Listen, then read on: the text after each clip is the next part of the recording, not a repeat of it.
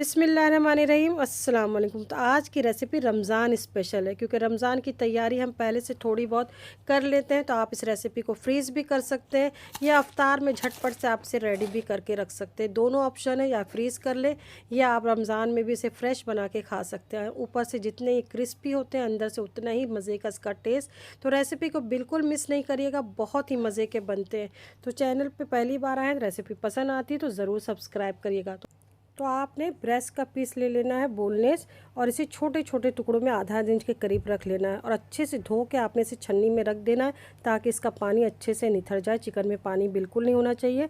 तो एक चाय का चम्मच मैंने नमक डाल दिया और 1 चाय का चम्मच चाट मसाला। तो रेसिपी में नमक एहतियात से डालिएगा क्योंकि चाट मसाले में भी नमक होता है, तो आप अपने चाट मसाले के हिसाब से नमक रखिएगा। और भुने हुए ज़ीरे का पाउडर मैंने डाला है 1 चाय का चम्मच, और ये फ्रेश क्रीम है, गाढ़ी क्रीम हमने इस्तेमाल करना है, पतली क्रीम का इस्तेमाल नहीं करना है, 1/4 कप।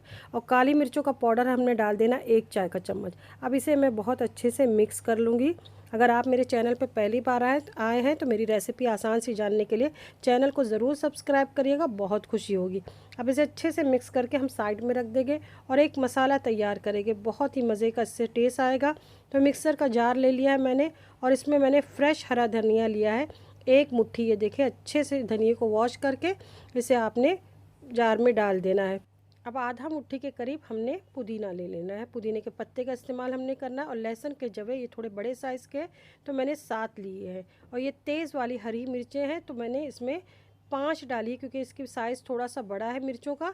तो आप अपने टेस्ट के हिसाब से जिस तरीके से स्पाइसी खाते हैं वो हिसाब से मिर्चों को रखें।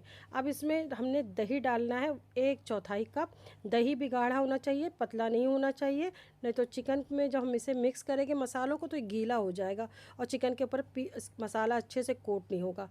और काली मिर्चों का पाउडर मैंने 1 चाय का चम्मच डाल के इसको बहुत बारीक पीस लिया है। ये देखें, बिल्कुल इसी तरीके से थिक हमने पेस्ट तैयार करना है। अब जो चिकन हमने मैरिनेट करके रखा था उसमें हम इस मसाले को ऐड कर लेंगे।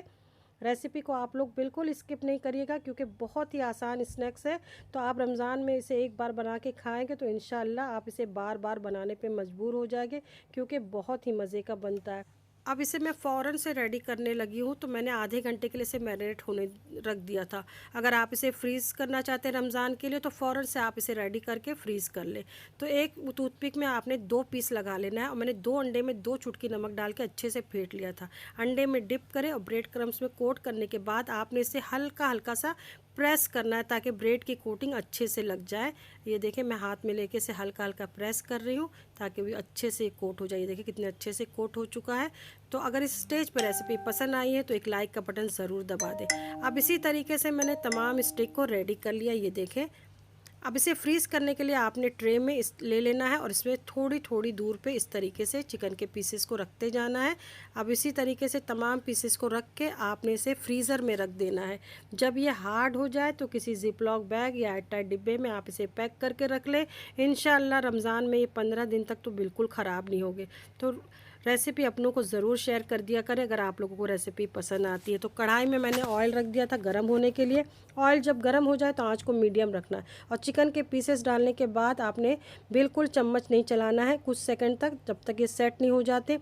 फिर अलट पलट करके हमने मीडियम फ्लेम पे से फ्राई करना है क्योंकि चिकन अंदर से कच्चा है। अगर आपने हाई फ्लेम पे फ्राई किया तो ऊपर से कलर आ जाएगा और चिकन कच्चा रह जाएगा। तो आपने इस बात का ख्याल रखना। अब ये देखें, जब कलर आ जाए तो किसी स्ट्रेनर में या टिश्यू पेपर में निकाल लें और अच्छे से छान लें ताकि इसमें कोई एक्स्ट्रा ऑयल ना रहे।